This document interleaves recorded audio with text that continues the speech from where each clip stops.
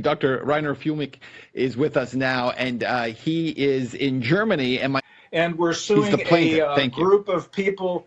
Yeah, we're suing a group of people, so-called fact checkers, which they're not, of course. They're manipulating the truth.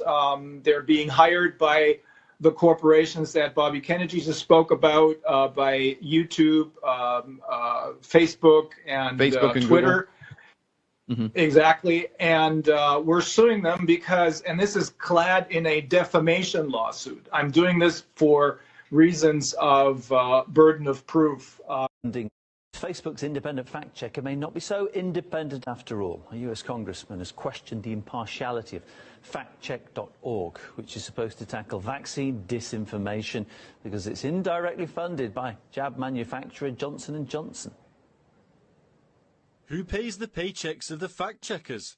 The vaccine fact-checkers at factcheck.org, who claim to be independent, are funded by an organisation that holds over $1.8 billion of stocks in a vaccine company and is run by a former director of the Centers for Disease Control. The fact-checking account responded to the accusations by making clear its funding sources. The Robert Wood Johnson Foundation is one of the benefactors and holds billions in Johnson & Johnson stock. The foundation's CEO is Richard Besser, who was a former acting director of the Centre for Disease Control. But factcheck.org claims there's no interference in its editorial decisions, and the foundation's views aren't necessarily reflected in its decisions. But author and liberal studies expert Michael Rechtenwald believes such connections pose risks to the public. This is absolute collusion on the part of vaccine manufacturers having funding the fact checkers on social media. So we're actually getting to the point where people's lives are being endangered. We've lost all confidence in the social media and our mainstream media entirely. Anything that comes into contradiction with the leftist agenda is deemed misinformation. People are now not able to get information about what's best for their health, including the detriments of the vaccine. For the past 2 years, Facebook has been trying to convince the public it is taking a stand against fake news. The program has been battered by controversies, from criticism over how it's implemented to claims the impact it makes is little to none. So, how does Facebook fact-check news posts? Well, it doesn't. Instead, it effectively has outsourced this function to a seemingly obscure journalism school.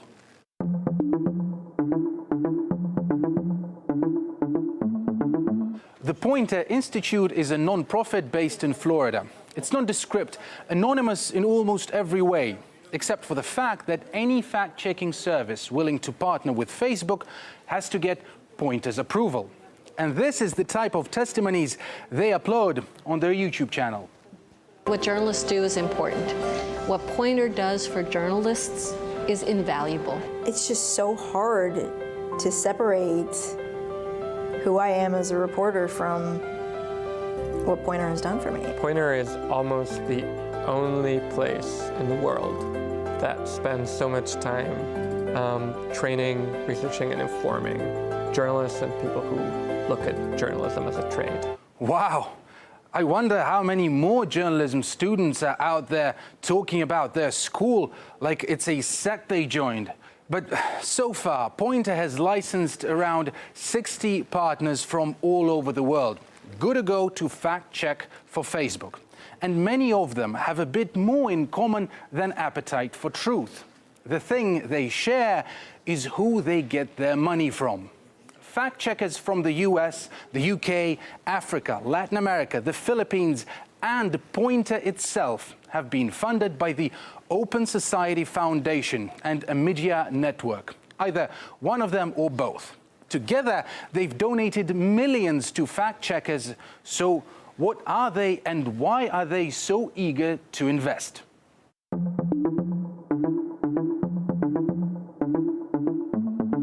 Now, the Open Society Foundation was founded and is run by none other than George Soros, who invested more than $32 billion into the foundation.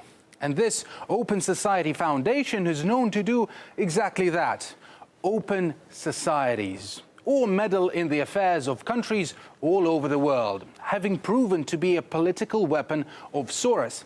As for the media network, it belongs to another billionaire, Pierre Omidyar, the creator of eBay. And just like Soros's brainchild, the network has been deeply involved in geopolitics, providing a steady flow of money for America's soft power ventures, from funding opposition in other countries to creating puppet media outlets. And there are plenty of other donors bestowing their wealth upon Poynter & Co., not excluding the U.S. State Department. I expect there will be a very close interplay between the Facebook checkers and the State Department, and that they will be very respectful of the State Department's point of view. After all, they're one of their paymasters. So I think they will go out of their way not to contradict anything the State Department says, and to basically try to then discredit anybody who might be criticizing them. So unfortunately, this is the antithesis of what most people think of when they think of freedom of media or freedom of information.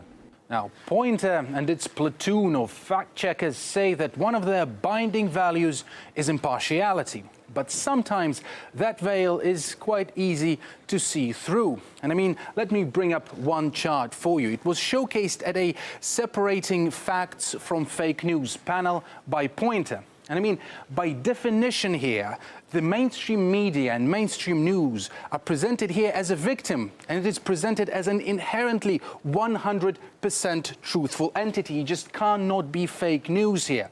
And that's despite the fact that mainstream outlets have repeatedly embarrassed themselves with faulty reporting, from CNN to BuzzFeed, ironically the outlet behind this graph. But after all, the historic record suggests neither the US government nor the Soros-like bunch spend their billions out of pure philanthropy. What this is clearly aimed at is to restrict the availability of alternative sources of information. What they do is defend the establishment narrative and try to discredit alternative and dissident point of views, which then they will declare to be non-factual or fake news according to their own fact checkers, which are very, very biased.